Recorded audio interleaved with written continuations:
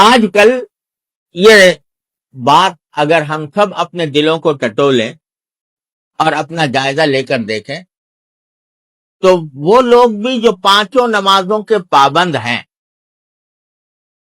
وہ اگر اپنی نمازوں کی طرف ذرا متوجہ ہوں تو شاید ہی کوئی اللہ کا بندہ ایسا ہوگا جو نماز کے اندر خشوع کا ویسا اہتمام کرتا ہو جیسا کہ مطلوب.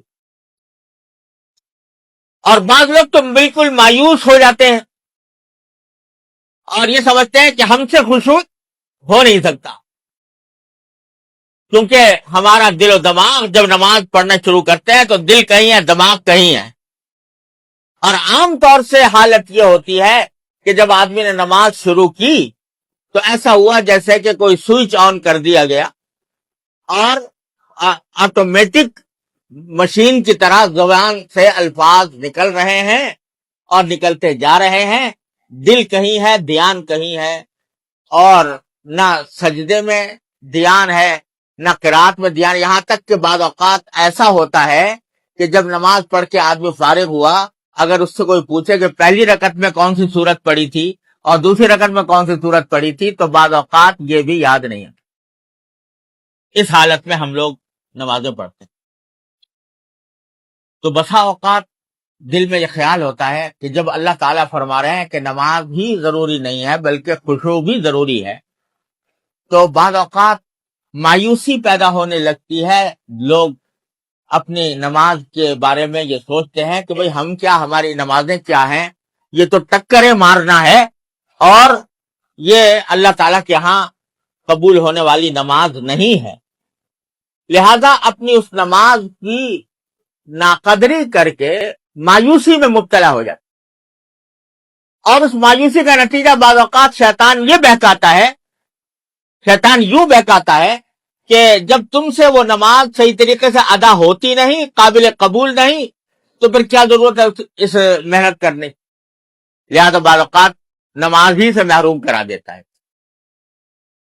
تو میں تھوڑی سی بات عرض کرنا چاہتا ہوں کہ خشوع کا کیا مطلب ہے اور کس طرح ہم اس کے اوپر عمل کر سکتے ہیں.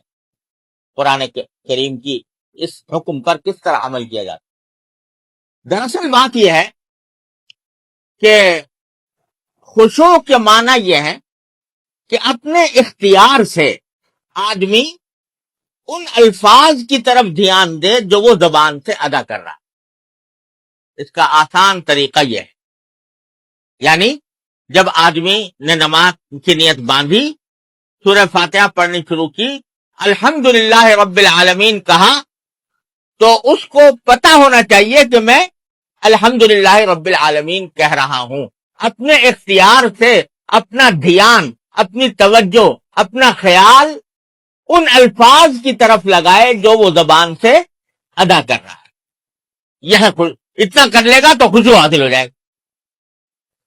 اب کیونکہ اللہ تبارک و تعالیٰ نے کوئی ایسا کام انسان کے ذمے فرض نہیں کیا جو اس کے اختیار سے باہر ہو اور جو اس کی طاقت سے باہر ہو، اس واسطے اگر بے اختیار کچھ خیالات دل میں آ گئے تو وہ خشوع کے منافی نہیں. اللہ تعالیٰ کے یہاں سے معاف. آپ نے نماز پڑھنی شروع کی، دھیان شروع میں لگایا، اللہ اکبر دھیان سے کہا، سبحانک اللہم پڑھا، ابھی پڑھائی تھا کہ ذہن کسی اور طرف غیر اختیاری طور پر چلا گیا تو وہ غیر اختیاری طور پر جو چلا گیا ہے وہ معاف ہے اللہ تعالیٰ کے ہاں. اور اس کے نتیجے میں وہ آپ کے اوپر کوئی گناہ نہیں. لیکن جب یاد آ جائے پھر فوراً انہی الفاظ کی طرف لوٹائیں جو زبان سے ادا کیے جائیں. اتنا کر لیں تو خشوع کی کا جو ادنا درجہ ہے الحمدللہ جو مطلوب ہے جو ضروری ہے وہ حاصل ہو جائے گا.